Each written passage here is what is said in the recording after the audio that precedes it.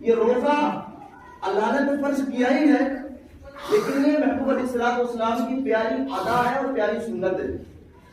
آپ دیکھیں جب روزے فرض ہی نہیں ہوئے تھے علیہ الصلوۃ والسلام، بلکہ روزے کی فرض کی بات الگ ہے، جب آپ علیہ السلام نے اعلان نبوت نہ فرمایا تھا تب بھی آپ روزہ رکھتے تھے۔ نحمده ونصلي على رسوله الكريم، أما بعد، أعوذ بالله من الشيطان الرجيم، بسم الله الرحمن الرحيم، يا أيها الذين آمنوا كتب عليكم الصيام كما كتب على الذين من قبلكم لعلكم تتقون، صدق الله مولانا العظيم وصدق رسوله النبي الأمين الحكيم الكريم، ونحن على ذلك لمن الشاهدين والشاكرين والحمد لله رب العالمين۔ برادران اسلام، تمام حضرات، محمد مصطفیٰ صلی اللہ تعالیٰ علیہ وآلہ وسلم کی بارگاہ میں درود پاک پڑھی تھی۔ اللہم صلی علی سیدنا شفیعنا مولانا محمد وآلہ وسلم صلی اللہ علیہ وسلم، یا نبی اللہ یا حبیب اللہ صلی اللہ تعالیٰ علیہ وآلہ وسلم۔ اللہ تبارک و تعالیٰ کا شکر و احسان ہے، اس کے فضل و کرم سے تمامی نے رمضان شریف کے چند دنوں کی برکتیں رحمتیں حاصل کی ہیں۔ ابھی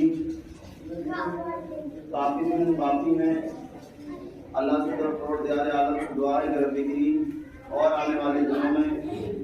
ماہ مبارک کے دنوں کی راتوں کی رحمتیں برکتیں حاصل کرنے کی توفیق عطا فرمائے۔ چند معلومات میں پیش کرنے کی کوشش کروں گا۔ یہ ماہ مبارک بڑا ہی بابرکت، رحمت والا، صبر والا یہ مہینہ ہے۔ اس ماہ مبارک میں بندوں کے رزق کو بڑھا دیا جاتا ہے، کیونکہ آپ لگاتار 3 جمعے سے یہ سنتے چلے جا رہے ہیں رمضان شریف کے تعلق سے، 2 جمعے سے یا شاید 3 جمعے سے حضرت ام المؤمنین حضرت عائشہ صدیقہ رضی اللہ تعالیٰ عنہا کا فرمان ہے، فرماتی ہیں کہ جب رمضان شریف کا مہینہ آتا، پیارے آقا حضور احمد مصطفیٰ محمد مصطفیٰ صلی اللہ تعالیٰ علیہ وآلہ وسلم کا رنگ جو ہے، رنگ مبارک متغیر ہو جاتا، اور فرماتی ہیں متغیر ہو جاتا، اور فرماتی ہیں اور نماز کی کثرت فرماتے اور خوب دعائیں مانگتے، نماز کی کثرت اور اللہ کی بارگاہ میں خوب دعائیں۔ دعائیں مانگنا یہ کوئی معمولی یا چھوٹا طریقہ نہیں ہے، یہ ساری کائنات کے آقا علیہ الصلوۃ والسلام جو ساری کائنات کے لیے رحمت بن کر تشریف لائے، پیارے آقا علیہ الصلوۃ والسلام کی سنت مبارکہ ہے۔ اللہ کی بارگاہ میں دعائیں مانگنا، رب کریم کی بارگاہ میں۔ اچھا، جو فرمایا کہ چہرہ حضور علیہ السلام کا متغیر ہو جاتا ہے، تبدیل ہو جاتا ہے۔ آپ جانتے ہیں جیسے کوئی انسان کے لیے کوئی نئی چیز ملنے والی ہوتی ہے یا مل جاتی ہے تو انسان کے چہرے پر کوئی تبدیلی آ جاتی ہے، کوئی خوشی کی چیز ہو یا کوئی غم کا ماحول ہو۔ اللہ اکبر، تو سوچے ذرا کہ رمضان شریف کا مہینہ کتنا بڑا رحمت والا ہوگا۔ یہ مہینہ جب آتا تھا تو پیارے آقا علیہ الصلوۃ والسلام کا چہرہ متغیر ہو جاتا تھا، اور پھر آپ نماز میں زیادتی کیا کرتے تھے، نمازوں کو بڑھا دیا کرتے تھے، اور روایت سے جاتا ہے کہ پیارے آقا علیہ الصلوۃ والسلام اس ماہ مبارک میں قیدیوں کو رہا فرما دیا کرتے تھے، اور پھر اللہ کی راہ میں خرچ کیا کرتے تھے۔ اور ایک طرف فرمایا کہ رمضان شریف آتا تو نبی کریم علیہ السلام 20 دن نماز اور نیند کو ملاتے تھے، بس جب آخری عشرہ ہوتا تو اللہ پاک کی عبادت کے لیے کمر بستہ ہو جاتے تھے۔ رسول کریم صلی اللہ علیہ وآلہ وسلم لوگوں میں سب سے بڑھ کر سخی تھے۔ پیارے آقا علیہ السلام لوگوں میں سب سے بڑھ کر آپ سخی تھے، اور فرمایا آقا علیہ السلام نے کہ روزہ رکھنے کے لیے سحری کھا کر قوت حاصل کرو،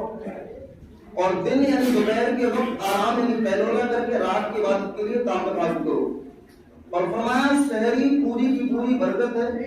بس تم نہ چھوڑو سحری کے لیے، چاہے یہی ہو کہ تم پانی کا ایک گھونٹ پی لو، بے شک اللہ پاک اور اس کے فرشتے رحمت بھیجتے ہیں سحری کھانے والوں پر، سحری کھانے والوں پر رحمت بھیج جاتی ہے۔ اللہ اللہ، تو بڑی بابرکت گھڑی ہوتی ہے سحری کی اور ایک افطاری کی۔ اس وقت خاص کر کے ہمیں اللہ کی بارگاہ میں دعائیں کرنی چاہیے، اور افطاری کے وقت کی دعا تو اللہ تعالیٰ بہت جلد قبول فرماتا ہے، لیکن ہمارے اکثر بھائی افطاری کے وقت ہی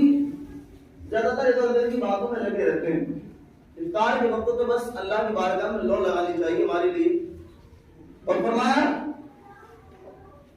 کہ مسلمانوں کے دوسرے خلیفہ حضرت عمر فاروق اعظم رضی اللہ تعالیٰ عنہ فرماتے ہیں کہ اس مہینے کو خوش آمدید جو ہمیں پاک کرنے والا ہے، اس مہینے کو خوش آمدید ہے جو ہمیں پاک و صاف کرنے والا ہے، پورا رمضان خیر ہی خیر یعنی بھلائی ہی بھلائی ہے، اور فرمایا کہ دن کا روزہ ہو یا رات کا قیام ہو، اس مہینے میں خرچ کرنے کا درجہ رکھتا ہے۔ اس مہینے میں اگر کوئی پیسہ خرچ کرتا ہے، روپیہ خرچ کرتا ہے اللہ کی بارگاہ میں کسی غریب کے لیے یا مسجد مدرسے کے لیے، تو فرمایا ایسا ہے جیسے کہ جہاد کرنے سے، جیسے کہ جہاد خرچ کرنے کا درجہ، جہاد میں پیسہ خرچ کرنے کا درجہ، جہاد میں کس نے پیسہ خرچ کیا اس کی تفصیل تو لمبی ہے، لیکن اتنا سمجھ لیں کہ جہاد میں پیسے کی سخت ضرورت ہوتی ہے۔ جب اسلام کے دشمنوں سے جنگ کی جاتی تھی تو پیسے کی سخت ضرورت ہوتی تھی، تو بہت سارے ایسے گزرے ہیں جنہوں نے اپنا کل مال جو ہے کل مال اللہ کی بارگاہ میں دے دیا، حضور کے قدموں میں قربان کر دیا۔ کچھ ایسے تھے جنہوں نے آدھا مال اللہ کی راہ میں خرچ کر دیا، بہت سارے اپنی جو ہے حیثیت کے مطابق خرچ کیا کرتے تھے۔ تو فرمایا کہ جہاد میں خرچ کرنے کا درجہ رکھتا ہے وہ مال جو ماہ رمضان میں خرچ کیا جاتا ہے۔ اس لیے ہمیں غور کرنا چاہیے، اور ماہ رمضان مبارک میں زیادہ سے زیادہ ہمیں اپنے بچوں پر بھی خرچ کرنا چاہیے، اور دینی مدارس پر مسجدوں پر بھی خرچ کرنا چاہیے۔ لیکن اللہ اکبر روایت پیش کرنے کے بعد میں کچھ بتانا چاہوں گا آپ کے لیے۔ ایک روایت سن لیں، حضور اکرم صلی اللہ علیہ وسلم لوگوں میں سب سے بڑھ کر سخی تھے۔ پیارے آقا علیہ السلام لوگوں میں سب سے بڑھ کر زیادہ آپ علیہ السلام سخی تھے، اور رمضان شریف میں آپ علیہ السلام خصوصاً بہت زیادہ سخاوت کیا کرتے تھے۔ رمضان میں تو اور زیادہ آپ کی سخاوت بڑھ جاتی تھی۔ جبریل امین علیہ السلام رمضان المبارک کی ہر رات میں ملاقات کے لیے آتے، جبریل امین پہنچتے اور حاضر ہوتے تھے حضور علیہ السلام اور رسول صلی اللہ علیہ وسلم کے ساتھ قرآن عظیم کا غور فرماتے تھے۔ جب بھی حضرت جبریل امین علیہ السلام آپ صلی اللہ علیہ وآلہ وسلم کی خدمت میں آتے تو آپ تیز چلنے والی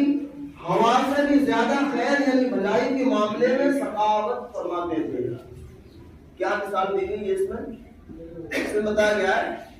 تیز ہوا چلنے والی، ہوا تیز چلنے والی، اس سے بھی زیادہ آپ رمضان المبارک میں سخاوت کیا کرتے تھے، اللہ کی راہ میں خرچ کیا کرتے تھے۔ اللہ اکبر۔ تو ہم نے بہت سارے طریقوں کو حضور علیہ السلام کی چھوڑ رکھا ہے، لیکن یاد رکھنا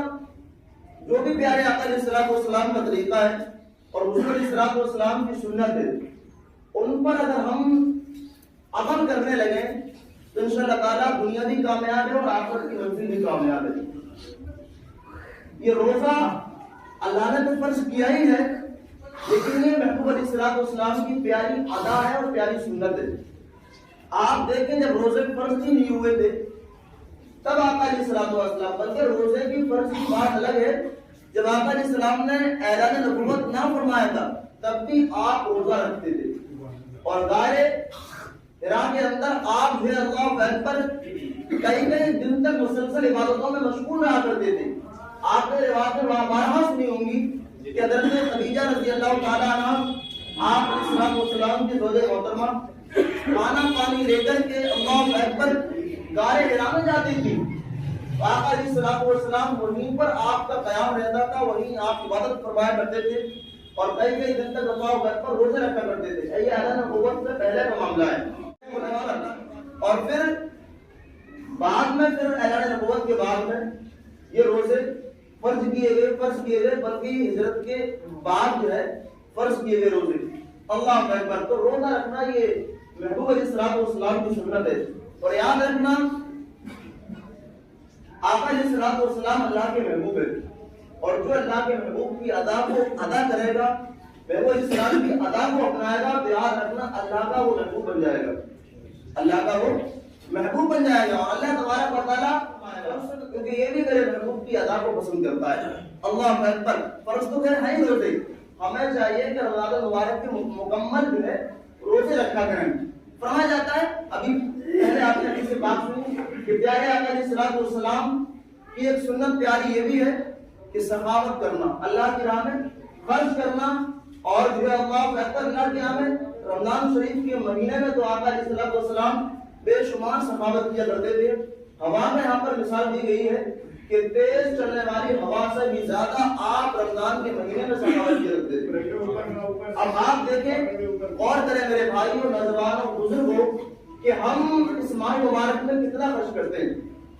اور کتنا خرچ کرتے ہیں اور کہاں خرچ کرتے ہیں۔ اللہ اکبر، بھی ہمیں غور کرنا بہت ضروری ہے، کیونکہ مال کے بارے میں یہ تو پوچھا جائے گا کہاں سے کمایا، لیکن یہ بھی پوچھا جائے گا کہ کہاں خرچ کیا۔ یہ میدان محشر کا یہ شاید تیسرا سوال ہے، جو میدان محشر میں 7 سوال ہوں گے، وہ 4 سوال میں بھی نہیں دہرا ہوں، لیکن 4 سوالوں میں ایک سوال یہ تیسرا یہ بھی ہے کہ بتا بندے تو نے کہاں سے مال کمایا اور کہاں خرچ کیا۔ تو ہم مان لیجیے زیادہ تر چلو کمانے پر غور کر لیتے ہیں، لیکن یہ بھی غور کرنا ہوگا کہ ہم خرچ کہاں کرتے ہیں، کہ ہمارا پیسہ صحیح جگہ پر خرچ ہو رہا ہے جہاں ہمیں خرچ کرنا چاہیے۔ رمضان شریف کے مہینے میں بتایا جاتا ہے اپنے بیوی بچوں پر خرچ کرنا یہ بہت زیادہ برکت لاتا ہے۔ جب بیوی بچوں کے معاملے میں خرچ کرنا اس سے برکت ہوتی ہے، اور جو مال اللہ کی راہ میں خرچ کیا جائے، جو مال مسجد کے لیے خرچ کیا جائے، تو سوچو کہ اس کا شمار کیا ہوگا۔ اور اللہ کی رحمت تو بہت بڑی ہے، بہت بڑی اس کی رحمت ہے، اس کی رحمت کی کوئی انتہا نہیں ہے، بہت بڑی اس کی رحمت ہے، لیکن جو جہاں جیسا لکھا ویسا بیان کیا جاتا ہے۔ اللہ کی راہ میں تو 1 پیسہ دیتا ہے، تو کم سے کم اس کی 1 کے بدلے اللہ تعالیٰ اس کو 10 تو دیتے ہی، کم سے کم، اور زیادہ تر علماء فرماتے ہیں کہ اس کے لیے 70 عطا فرماتا ہے، 1 کے بدلے 70 دیتا ہے، اور پھر کیا پتا اللہ تعالیٰ کے بدلے لاکھوں دے، کروڑوں دے، کتنا دے، اس کی رحمت بہت بڑی ہے، اس کی رحمت کا جو اللہ اکبر کوئی اندازہ نہیں کر سکتا، اس کی رحمت بہت بڑی ہے۔ اللہ اکبر، ہمیں چاہیے کہ ہم زیادہ سے زیادہ اس مہینے میں اللہ کی راہ میں خرچ کریں۔ تو جیسا کہ آپ کو معلوم ہے، میں نے صبح بھی ایک اعلان کیا تھا چھوٹا سا مختصر سا، اب بھی میں آپ لوگوں کو بتا دینا چاہتا ہوں، جو لوگ صبح نہیں آ سکے، یا جن لوگوں نے گھروں میں نماز پڑھنی تھی، یا جو دور دراز کے اپنے محلوں میں دور کی وجہ سے نہیں آ سکے ہو، یا جو یہیں کے تھے لیکن نہیں آ سکے کسی وجہ سے، تو سارے لوگ سن لیں ایک بات کے لیے، آپ لوگ جو ہے اللہ کی راہ میں جو بھی دیں گے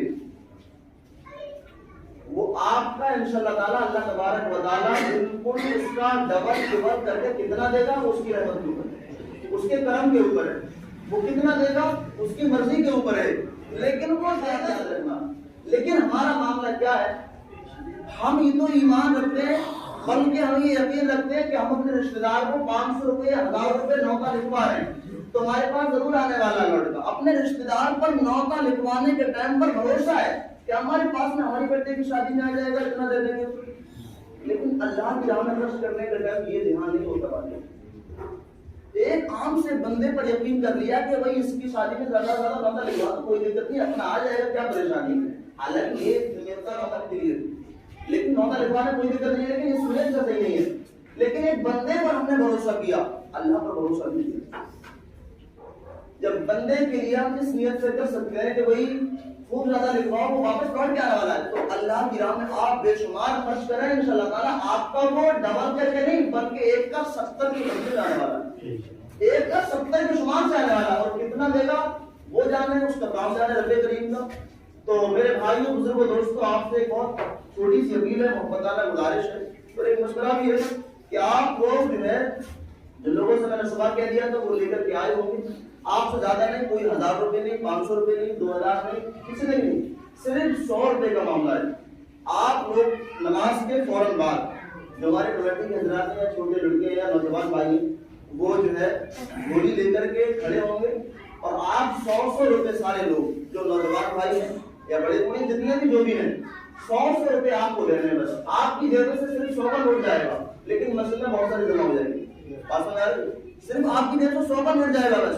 لیکن صرف 100 کا نوٹ آپ کے پاس جائے گا, لیکن اللہ کے گھر میں بہت سارے رہ جائیں گے. آپ کو پتا ہے, معلوم ہے آپ کے لیے کہ جگہ کا انتظام کیا ہے, لیکن پیسے کا انتظام نہیں ہو پایا ہے. آپ دیکھتے ہیں رمضان میں کتنی دقت ہوتی ہے. اب جو لوگ نماز پڑھنے بعد میں آئیں گے یا عید کی نماز میں آئیں گے یا الوداع میں آئیں گے, کتنے پریشان دقتیں ہوتی ہیں. چلنے اترنے میں دقت ہوتی ہے, وضو میں دقتیں ہوتی ہیں, چینٹیں وغیرہ یہاں پر آتی ہیں نماز کے لیے, بہت ساری دقتیں پریشانی آپ سب کچھ دیکھتے ہیں, جانتے ہیں, بتانے کا یہ اس میں کوئی معاملہ نہیں ہے. لیکن اس کو آسانی کے لیے کمیٹی والوں نے, آپ